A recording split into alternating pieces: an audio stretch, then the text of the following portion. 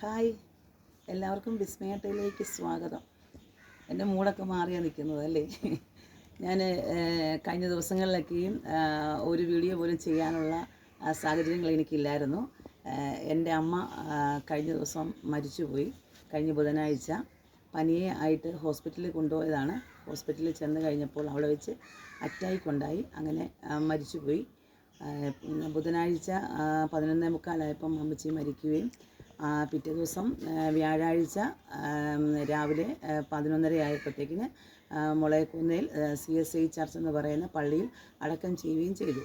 അതിനാൽ ഞങ്ങളെല്ലാവരും വളരെയധികമായ ദുഃഖത്തിലായിരുന്നു. ഞങ്ങൾ 2 പെൺപിള്ളേരാണ്.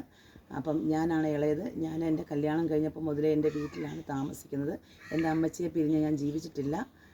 വലിയൊരു സങ്കടാവസ്ഥയിലാണ് ഞാൻ നിൽക്കുന്നത്.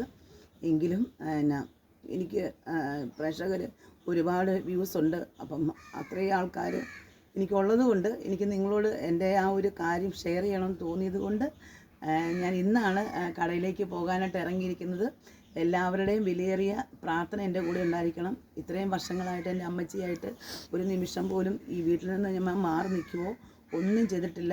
ഒരു രാത്രി പോലും ഞാനൊരു നന്ദി ഉറങ്ങാതെ അമ്മച്ചിയുടെ കൂടെ കഴിഞ്ഞൊരു വ്യക്തിയാണ്. അമ്മച്ചിയെ ഹോസ്പിറ്റലിൽ മരുന്ന് വാങ്ങിച്ചിട്ട് തിരിച്ചു കൊണ്ടുവരാൻ വേണ്ടിയിട്ട് പോയതാണ്. അവിടെ ചെന്നപ്പോൾ അറ്റാക്ക് ഉണ്ടായി മരിച്ചതാണ്. എനിക്കത് വളരെയധികമായ വേദനയുണ്ട്.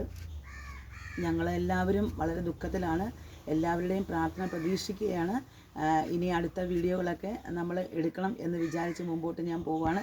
എല്ലാവരുടെയും പ്രാർത്ഥന ചോദിച്ചുകൊണ്ട് ഞാൻ നിർത്തുന്നു.